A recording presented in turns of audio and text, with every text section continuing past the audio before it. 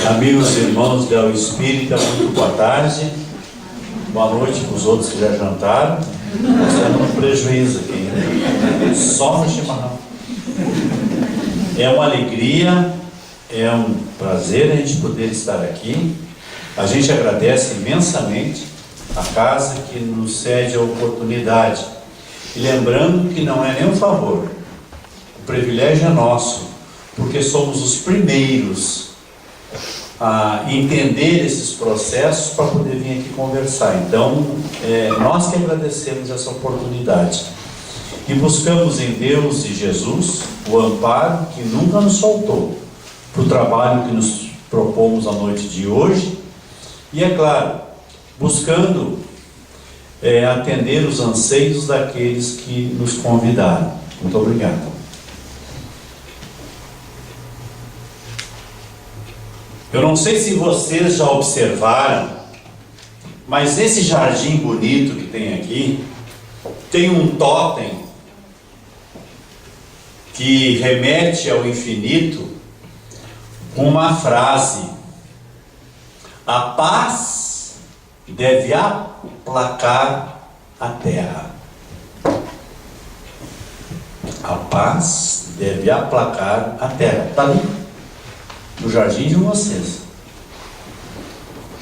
Para isso acontecer, eu preciso entender o sofrimento, as dores pelas quais eu me proponho a passar. Por isso esse tema, a pedagogia da dor física, o ensinamento da dor física. E se vocês prestarem atenção na imagem, acredito que alguns de vocês até conheçam esse local. E não é longe, não. É ali, Nova Petrópolis. Porque é um processo, realmente é um labirinto, essa pedagogia da dor física. E a gente, se não estiver ligado, antenado, a gente se perde nele. Porque a gente fica reclamando: Senhor, por que só eu que sofro? Não olha nem para o lado, né? Não olha nem para o lado, porque não precisa olhar para trás. Porque eu, Senhor, olha, o que é que eu fiz para merecer isso? É só uma unha encravada. O mundo está desabando. Aqui, ó, aprende a cortar as unhas que não encrava mais as unhas. E deixa de reclamar. Então, esse sofrimento físico nos leva a um labirinto que, se eu não estiver ligado, antenado, eu me perco na reclamação. A vida passa a ser um verdadeiro inferno encarnado na terra. E tu não te dá conta. E tu não olha para ti. E interessante que quando tu entra no labirinto, neste e em outros que a gente vai encontrar por aí, a gente nunca está sozinho. Sempre tem alguém do lado da gente. Nem sempre, talvez, é aquele ou aquela que a gente gostaria. Mas, como diz no final das correspondências, a gente botava antigamente, era o que tínhamos para o momento. Atenciosamente subscrevemos. É o que tu tem para o momento. Aproveita aquilo que tu tem caminhando contigo ao teu lado, não na tua frente nem atrás, ao teu lado, para entender esse processo da dor física. Mas deixa de conversa e vamos trabalhar. É porque está frio, temos que ir embora lá pelas 10h30 hoje. O cara da maca lá vai enlouquecer.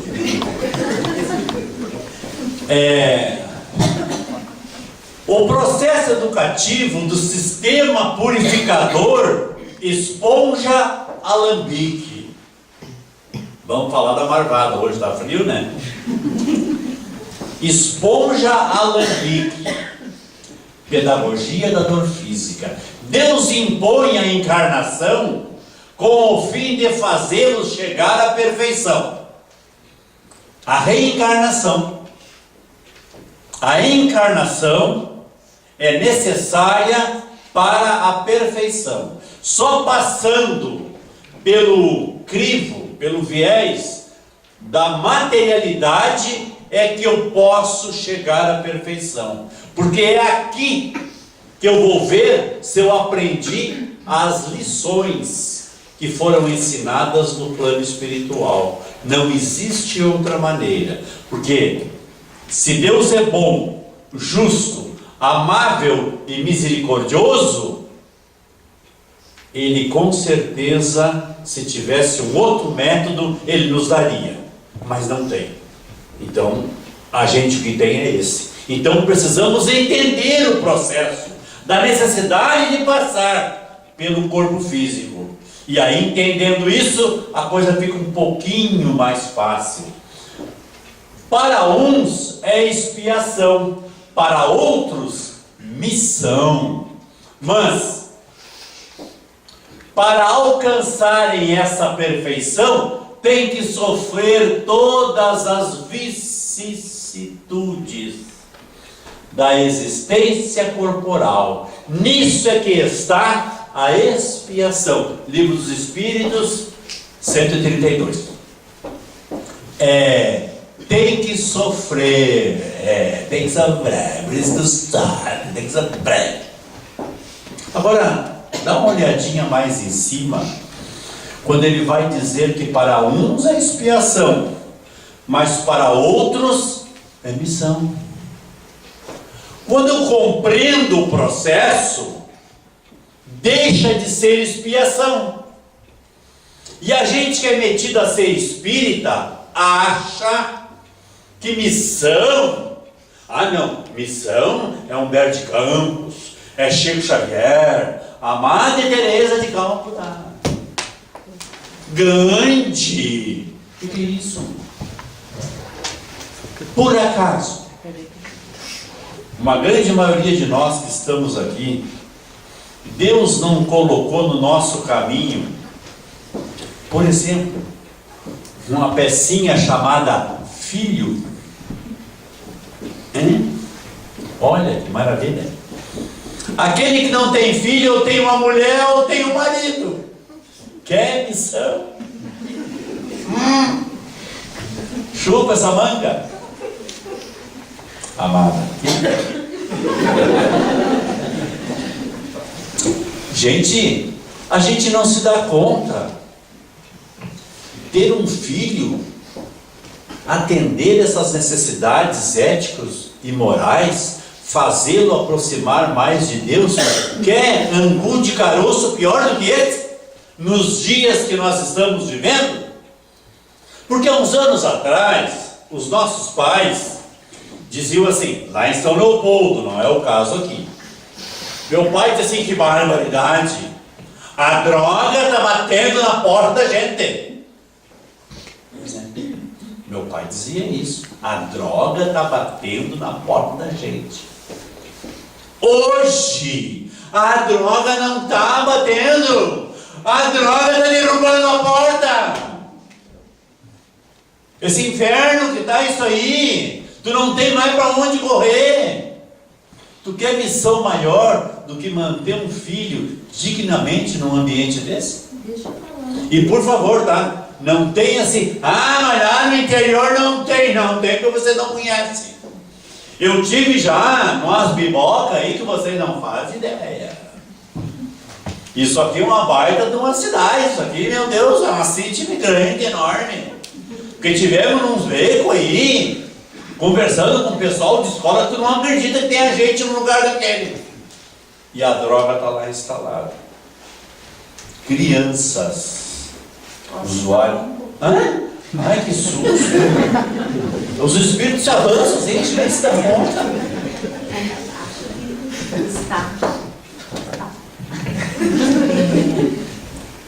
Essa cidade que o Bandeira lembrou se chama Cambará do Sul, não, São José dos Ausentes. São José de onde não tem ninguém. É Mais certo, assim. uma localidade, Subindo tudo. uma localidade chamada Silveira. Lá nessa localidade. Vocês acham que São José é longe? Pois é, não é lá. É um bairrozinho. É mais adiante. Mas voltando a esse tema que o Bandeira lembra, agora, vindo para cá, hoje à tarde, a gente estava com o rádio ligado e nós ouvimos uma fala, um comentário de um jornalista, ex-promotor, que vocês todos conhecem, que trabalha na Rádio Gaúcha, que é o Cláudio Brito. E ele comentava sobre esta questão das famílias em relação ao uso da droga hoje, junto à comunidade, porque não são só os jovens, né? A gente sabe que muitas pessoas adultas também fazem uso. Tu quer que seja só as crianças, os velhos não podem. Essa pessoa comentava assim, que hoje nós precisamos voltar a um slogan, um ditado popular que dizia assim: é um slogan dele. Pais, adotem seus filhos antes que os traficantes o façam. Então, esse resgate realmente da família, ele é muito necessário, porque essa situação causa muita dor em muitas pessoas, destruindo toda uma possibilidade dessa reencarnação que ali o texto nos fala, dessa possibilidade da vida física para o aprendizado, que isso é abreviado. Então, dentro dessa ideia de fazer com que a nossa existência realmente garanta esse propósito de nos fazer avançar, de nos fazer evoluir, de que nós, quando saímos daqui, estejamos melhores do que agora, é preciso esse investimento realmente nessa questão de família, que é algo bastante delicado nesses dias atuais, em que a gente precisa resgatar realmente, como um slogan que a Federação Espírita Brasileira durante muito tempo fez essa demanda, aperte mais esse laço, né? Família, aperte mais esse laço. Nós precisamos realmente estreitar mais e cuidar mais da nossa família. Então, assim, quem acha que missão é essas coisas sobrenaturais, olha para dentro de casa. Vocês vão ver a missão que nós temos lá na intimidade do nosso lar. Porque é justamente ali que estão aqueles angus de caroço, as pecinhas mais difíceis que nós temos para tentar nos ajudar. Eu recebo no lar aqueles ajustes que eu preciso fazer, porque a proposta é amor. Ora, para mim amar, eu tenho que conviver, e justamente no lar é que nós vamos receber as nossas dificuldades. E é ali então que eu tenho que jogar para fora a felicidade, a harmonia, a paz. É a partir dali a honestidade, o comprometimento com o que é dos outros. Não, ainda não. Dá. Fico mexendo pra gente. Olha aqui, a gente está reclamando de uma nata da sociedade. Tu levanta uma pedra assim, é corrupto voando para tudo que é lado. Assim, dá um chute numa moita, sai corrupção, mas nem a loucura. Agora, gente sentando o sarrafo, né? Falando, é absurdo isso, e eu voltei, não é? Só que assim, eles tiveram uma família também. E a gente não se dá conta disso. Que eu tenho a minha para cuidar. E o que tu está fazendo com a tua família?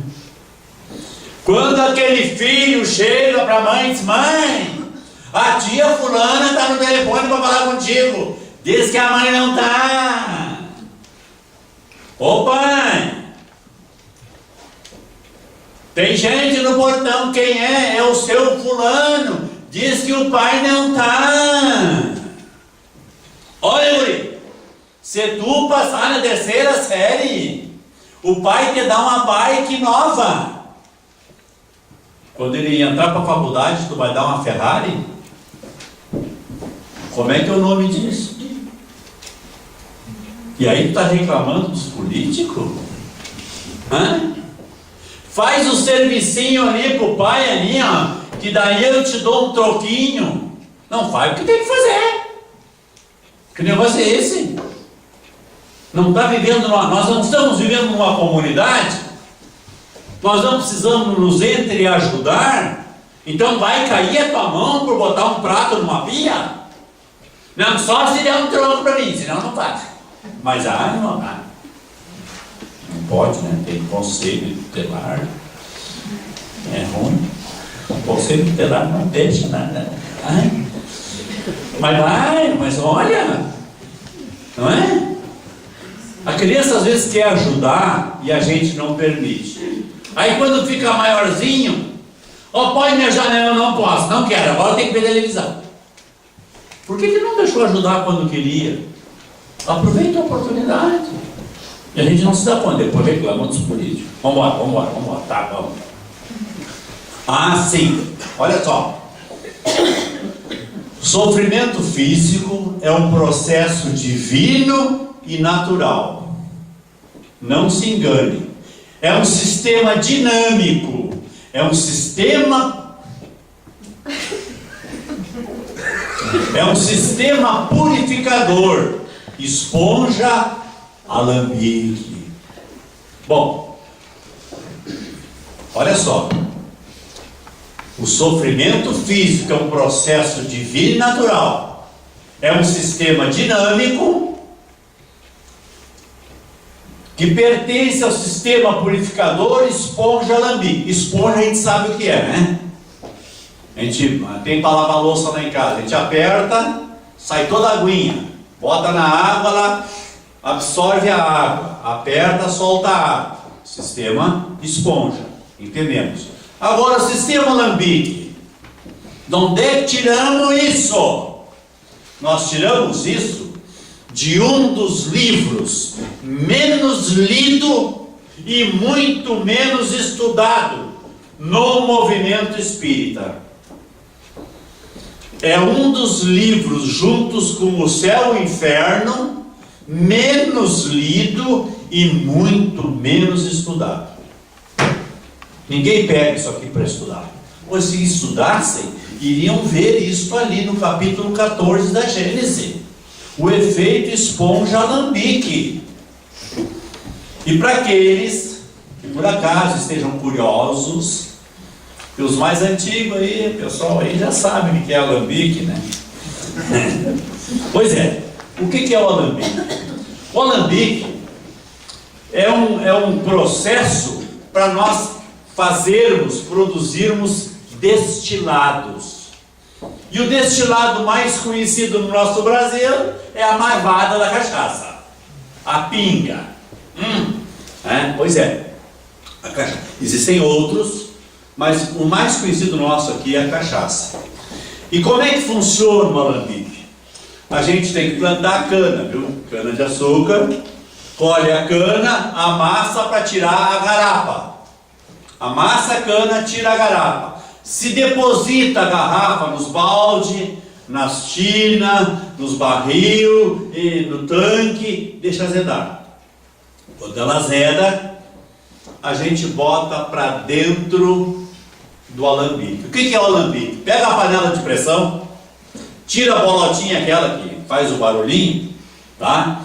E ali naquele pininho da panela de pressão, tu bota uma mangueirinha, passando essa mangueirinha por dentro de uma água fria e tirando do outro lado. Pois é, Tu pega essa garapa, bota ali dentro, tampa a panela, passa a mangueirinha por dentro da água fria e deixa ferver. A água ferve, a garapa ferve e evapora. E aí tu deita na outra ponta lá, embaixo da mangueira. Porque tu não é tão cedo. Sai a marvada da cachaça do outro lado. Esse vapor condensa, né? Quando passa por dentro da água fria, ele condensa e aí sai lá o líquido precioso. É isso então o alambique. Eu dei a ideia da panela de pressão, que é o mais fácil. Antigamente se fazia isso em cobre, em latão, mas modernamente não pode mais, tem que ser, o processo tem que ser inoxidável. É o que a saúde exige para fazer os destilados. Tá? O vinho de vocês aqui, hoje é todo ele inox. Tá? Então, não é destilado. O destilado tem que passar por esse processo. Esse é o processo alambique. Por quê? Por que é alambique? Porque depois que ferve no alambique, depois que ferveu e que não tem mais água, não tem mais vapor, tu apaga o fogo e abre a panela, abre o alambique. Dentro do alambique está a jorra, a borra, a sujeira do caldo da cana. O processo alambique é este. Aquilo que eu produzo, aquilo que eu faço, eu absorvo no sistema esponja. Tudo isso é armazenado no meu perispírito. Eu fico com os pontos de remorso, que a gente chama. Isso vai ficar tudo gravado. Tudo que tu fizer, de bom e de não tão bom assim. As marvadezas, as marteladas nos dedos dos outros que tu dá, está tudo gravado no perispírito. Tu desencarna, o espírito absorve isso. Quando tu for reencarnar, tu vai jogar isso para o corpo físico. Aí vai acontecer a maravilha da dor. Vamos adiante. Olha só. Deixa eu dizer uma coisa.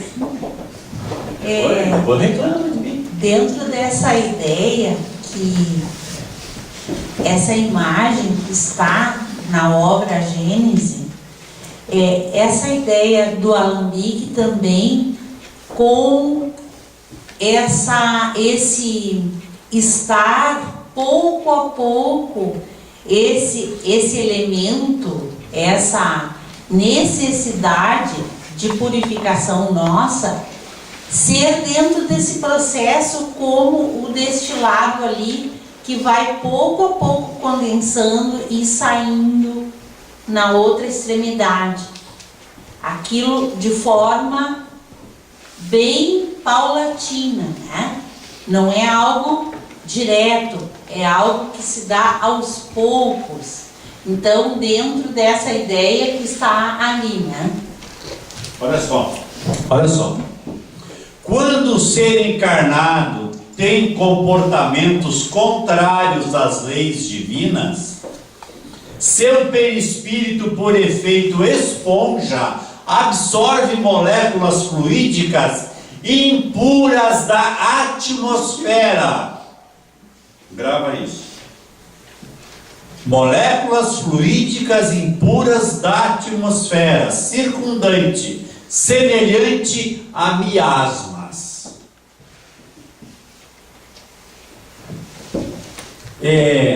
A casa espírita, se eu não me engano, eu acabei de ouvir que no sábado faz um laboratório de evangelho no lar. Domingo? Depois da missa ou antes? Fazem um evangelho no lar. Por que a gente recomenda o evangelho no lar? Porque o evangelho no lar, ele vai fazer o efeito da quiboa, do álcool, da criolina, que a gente usa para limpar. Não existe bactericida melhor. Que perfume, que aroma deixa na casa dele. Lá em casa tem que ter piolina. Aquilo espanta tudo que é espírito, até os bons, sabe?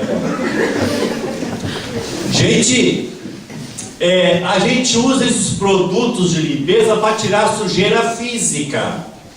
Agora, para tirar os miasmas da atmosfera espiritual, que ficam grudados também nas nossas paredes, que se a gente fosse médium de vidência, em determinados lugares a gente ia se apavorar quando entrasse. Eu tive a oportunidade de entrar numa casa que moravam 2 pessoas. 2. Gente, eu levei um baque físico e espiritual, porque estavam visíveis na parede da casa daquelas pessoas, só 2, uma mãe e uma filha, os miasmas físicos. As 2 fumavam dentro de uma casa bem fechada, era um apartamento. Tu sabe o que é? Assim, levantando a tinta das paredes e aquele cheiro horrível de tabaco dentro de uma casa. Eu me senti mal. A tinta levantando, aquelas coisas assim, ele fica mofado, dá bolor, aquelas coisas. Assim estava a casa. Imagina o plano espiritual. Eu vi isso no plano físico daquela casa. Tu imagina o plano espiritual disso. Quantos espíritos envolvidos ali, absorvendo esses gases, já que eles não podem pegar o cigarro e botar na boca. E é isso então que o Evangelho vai fazer. Ele vai tirar da atmosfera circundante, daquilo que está no teu ambiente. E nós, essa atmosfera circundante está em nós também, de acordo com o nosso comportamento, de acordo com o nosso proceder, porque as leis de Deus, o Kardec, quando está discutindo as leis de Deus no Livro dos Espíritos, porque a lei de Deus está na lei de Deus, daqui a pouco ele se irrita os Espíritos e vai na final. Por favor, Kardec não se irritou com ninguém, só eu. A fala e a pergunta de Kardec, a moldura me dê o direito, tá? Me deu o direito da moldura, o quadro é dele. Então Kardec diz, mas afinal, onde é que estão escritas essas leis de Deus? É a lei de Deus, a lei de Deus. E aí, gente, é a segunda menor resposta de O Livro dos Espíritos. São só 2 palavras. Na consciência. Então ninguém pode dizer aquela coisa, mas eu não sabia. Ninguém me disse, eu não sabia. Está na consciência, sim. Tanto isso é verdade que quem tem criança em casa sabe que está na consciência. Porque se não tivesse, por que a criança, quando apronta alguma coisa, some, fica quieta? Desaparece, vira gás. Porque se não tivesse na consciência, fazia aqui na nossa frente, né? Agora não, a criança quando está quietinha corre, porque já fez, não está fazendo arte. Agora, para derrubar vocês agora do cavalo, quer ver uma coisa? Quer ver uma coisa? Cachorro não tem alma, tá? Por favor. Só do ministro antigamente o cachorro era gente. Mas assim, cachorro tem instinto, tá? E quem é cachorreiro vai saber do que eu vou falar agora. Tu chega em casa, quando tu abre a porta, o animalzinho querido está no meio da sala, com o rabo no meio das pernas, orelha murcha e às vezes até com as mãos na cara. E a casa toda destruída. E tu vai dizer, o que é que tu fez? Ele acaba de molhar o tapete. E é cachorro. Sabe que fez alguma coisa que não devia. Quem tem cachorro sabe disso. E aí? Agora imagina o ser humano, que é o suprassumo da criação. Como é que nós vamos dizer que a gente não sabia? Olha a latinha. Pensa, que cara de pau. Então, assim, já que está na consciência, ele sabe que erra, e isso é absorvido, então, pelo perispírito. Ao desencarnar, o espírito leva a carga negativa para o plano espiritual, vai junto, é teu, meu filho. Não pode dar uma de João sem ombro com o ombro dos outros, dá com o teu João e com o teu ombro. É tua responsabilidade. Por isso que ninguém quer ser espírita. Porque se fosse outras religiões ali, o cara confessava os pecados, tomava comunhão, estava resolvido tudo. Podia de novo, na próxima semana, fazer tudo de novo. Aqui não. Aqui o Espiritismo diz, os Espíritos dizem que tudo que tu fizer é tua responsabilidade. Está aqui, ó. Tu leva para o outro lado, para o plano espiritual. Ao reencarnar, o corpo físico passa a absorver, e olha o grifo agora, parcialmente do corpo espiritual as impurezas. Lembra que a gente falou que Deus era bom, justo, amável e misericordioso? Se ele não fosse tudo isso, tu não teria como reencarnar. O teu corpício, essa delicadeza que me abriga, não ia suportar os pesos dos meus erros, das encarnações sucessivas. Eu não teria condições de montar o meu corpo físico, de tanta loucura e barbaridade que eu já fiz nas encarnações passadas. Por isso que eles colocam ali, parcialmente do corpo espiritual as impurezas, essas impurezas. Quer dizer, aquilo que tu faz no atacado, Deus te permite pagar em suaves prestações a perder de vista. Depende de ti. O que tu vai querer para ti? Quer dizer, nós temos algumas centenas de milhares de encarnações pela frente. Mas até quando? Isso aqui vai ser um planeta de regeneração. E tu vai conseguir ficar aqui? Porque o bem vai predominar. E tu como é que tá? Vai te enxergar, meu. Vai te olhar no espelho. Vê se tu vai poder ficar aqui. Porque se o bem vai prevalecer, esses espíritos que somos, nessa condição que estamos, tenho certeza que eu, por enquanto, aquilo que eu me conheço, não vou poder permanecer. Já comecei a trabalhar para ver se de repente lá no fim de mundo eu consigo ficar nesse planetinha mesmo.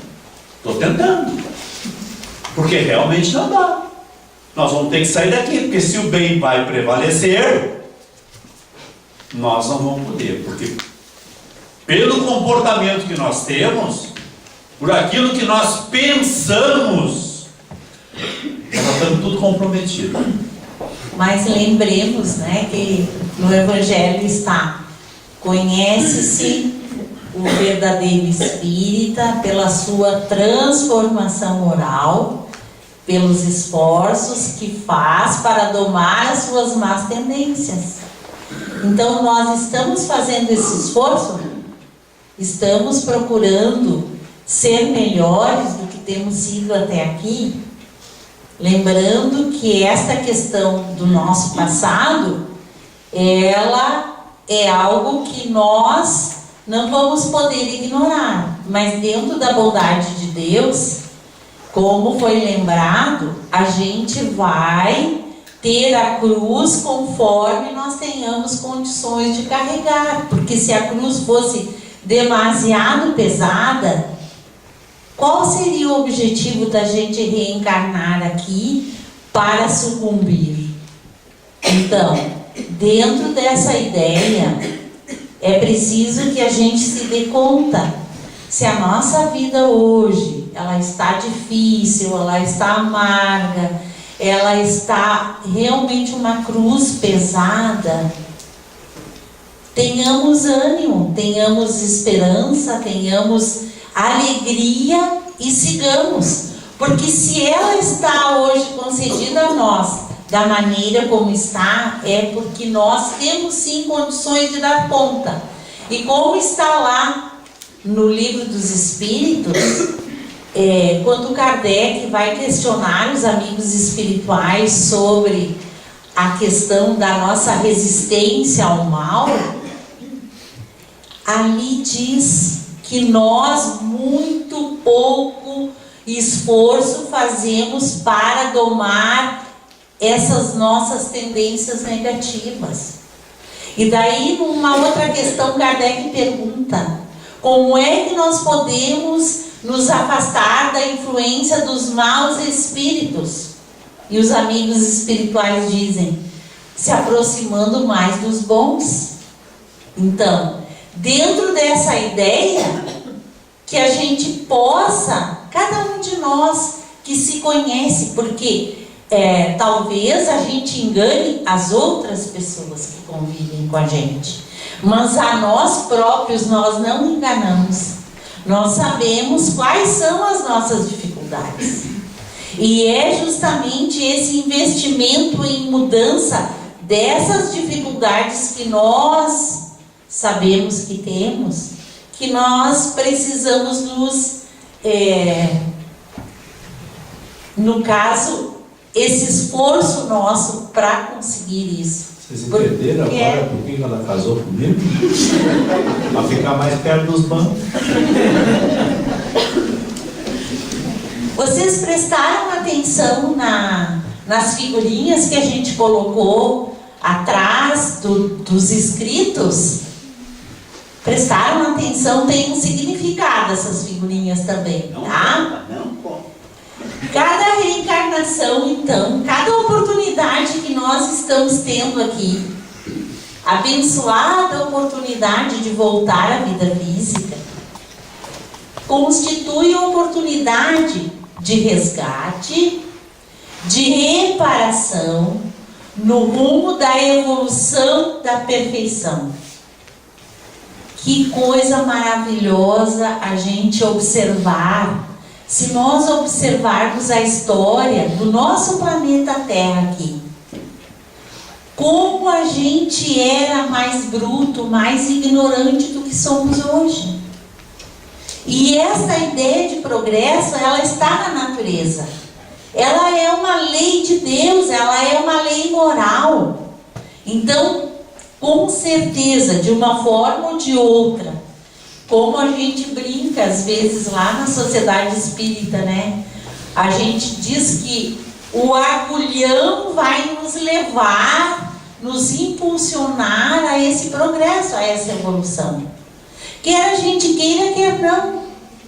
Porque se não for pelo amor, que seria muito mais fácil para nós, vai ser pela dor. Infelizmente. Mas é esse o recurso para que a gente avance, porque nós somos ainda criaturas muito rebeldes. Muito, como eu estava lendo ali o livrinho Pão Nosso, um dos escritos lá que Paulo mandava as cartas, né? Nós somos ainda muito insensatos, essa expressão, insensatos. Então, dentro dessa ideia, vamos chegar sim a essa melhora, a esse progresso.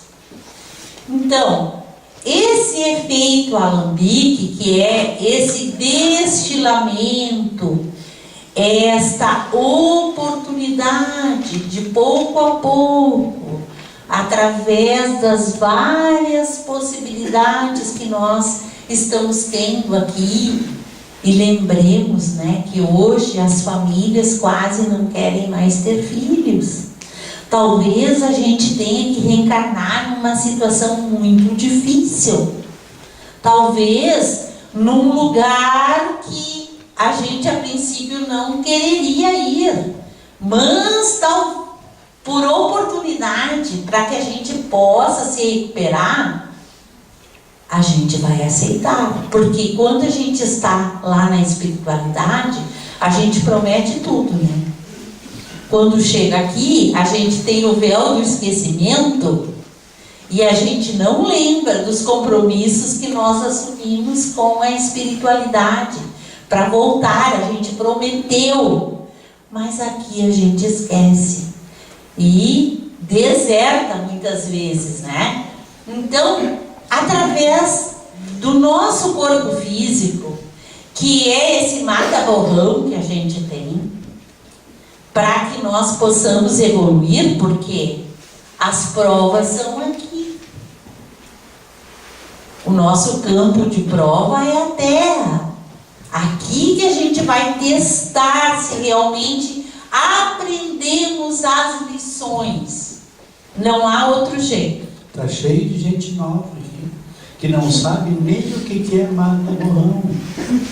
Pois é, então explica. Gente, por favor, existia antigamente, no tempo que aquele cara ali estudava, ele é velho, só engana.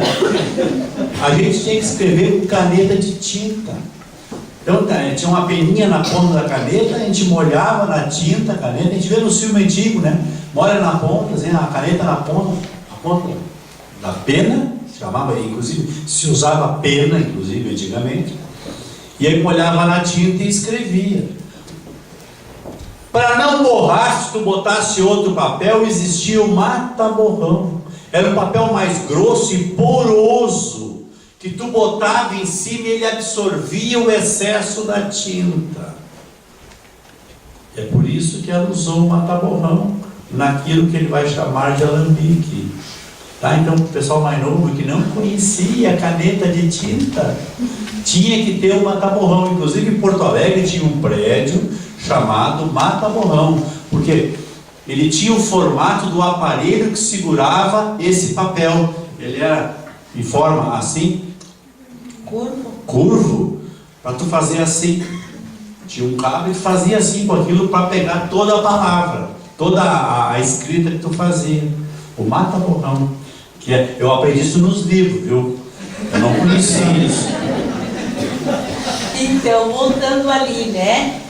O nosso corpo físico, então, vai destilar, vai colocar para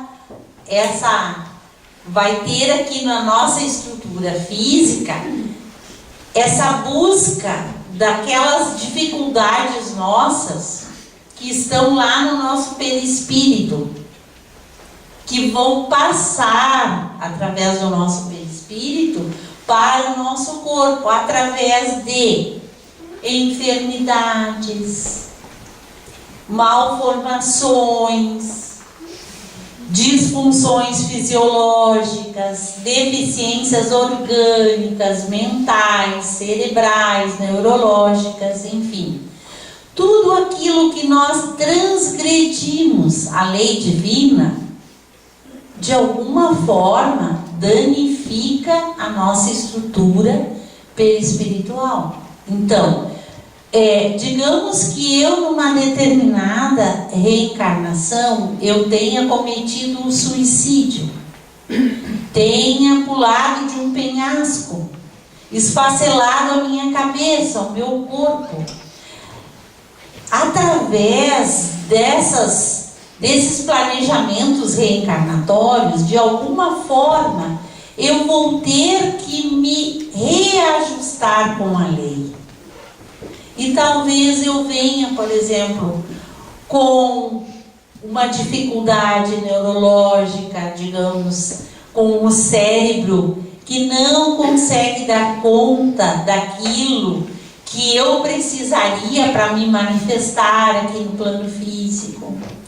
Se eu, por exemplo, utilizei o álcool durante muito tempo e fiz lesões no meu estômago, na minha garganta, no meu fígado, enfim, essa parte que eu danifiquei, ela vai ser algo mais frágil, mais sensível no corpo físico no novo corpo físico que eu vou moldar quando retornar aqui. Então, assim, ó, a gente sabe que esse processo de depuração, ele não é de uma vez só. Nós vamos pouco a pouco nos preparando para dar conta das situações que nós precisamos reajustar. Por quê? Porque eu tenho que entender esse processo. Porque não é simplesmente sofrer por sofrer.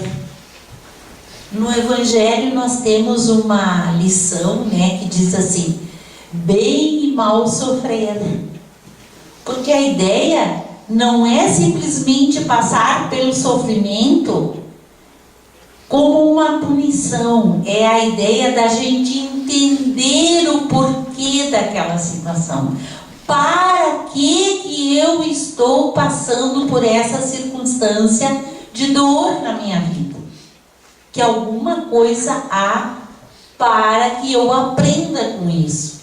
Muitas vezes a gente tem algum tipo de doença para que a gente se acalme, para que a gente reflita, para que a gente reformule. Quantas pessoas que através de processos dolorosos se tornaram pessoas muito melhores do que eram.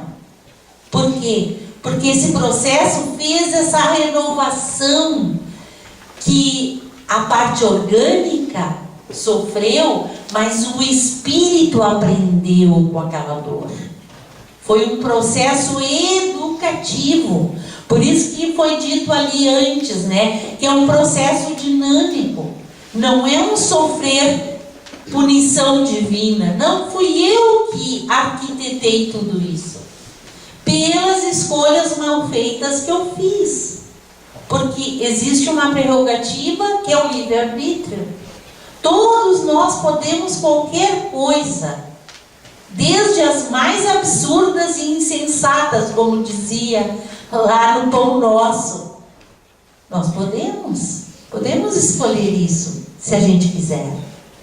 Nem tudo que a gente escolhe é a melhor opção, mas eu posso. Eu posso tudo, mas nem tudo me convém, como dizia Paulo.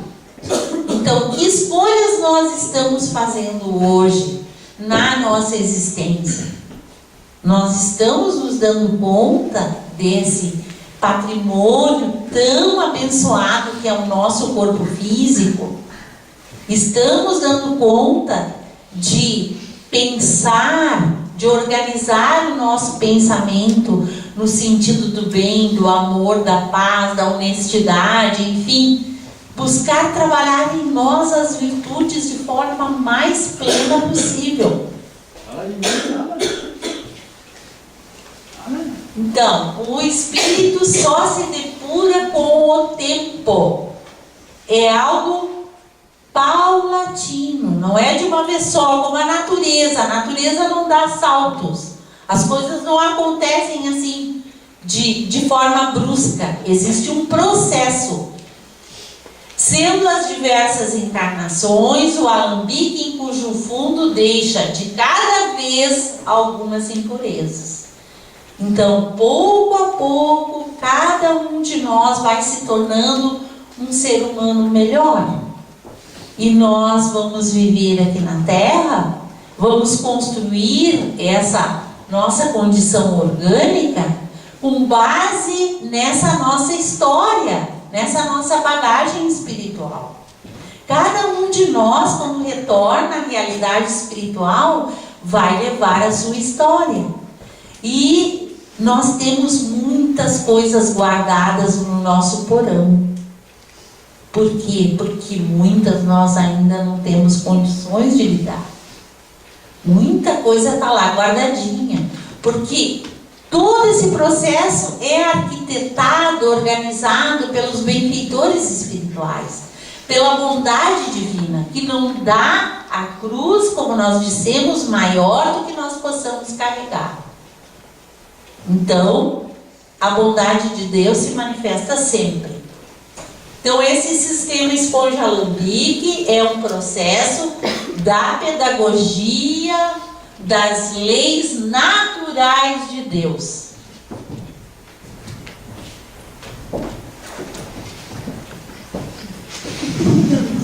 Era normal.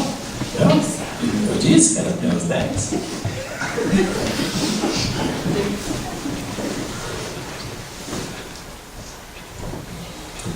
O que você deve entender então por lei natural? A lei natural é a lei de Deus, única e verdadeira para a felicidade do homem. Ela lhe indica o que deve fazer e o que não deve fazer. Ele não é infeliz senão quando se afasta dela. Ninguém tem o direito e ninguém precisa apontar o dedo em riste para alguém para dizer que errou. Lembra que quando tu aponta o dedo para alguém, tu tem 3 apontando para ti. E às vezes tem um para Deus. Eu não preciso, porque se as leis estão na consciência, cada um sabe que errou e aonde errou. Eu não preciso estar ainda furungando daquele time que arranca o olho, chupa no buraco e ainda passa o cotonete. Para que isso? A pessoa sabe. E o problema é dela, não é teu. A responsabilidade é dela. E ela se afasta das leis de Deus, fazendo a infelicidade. Porque nós podemos ser felizes sim. Agora, eu complico a minha vida. Minha vida é um inferno. Mas por que tu buscou o inferno para ti? Por que tu não tentou mudar esse quadro? Bom, se não tentou, começa agora. E tente ser feliz da forma que for possível. Refaz a tua caminhada. Porque como dizia o Chico, eu não posso fazer um novo começo, mas eu posso fazer um outro fim. Ah, isso eu posso. Porque a partir de agora eu vou me melhorar. Então a partir de agora eu vou ter um outro fim. Agora, depende de mim, não depende dos outros. Deus nos criou para sermos felizes, só não o somos porque transgredimos as leis divinas. E temos então os sofrimentos, as dores físicas em consequência do mau uso do nosso livre-arbítrio. Eu posso tudo, mas nem tudo me convém, Paulo. Então assim, tu fez, tu vai responder. Tu assinou uma promissória, meu. Tu comprou a prazo, no final do mês chega o boleto. Não adianta.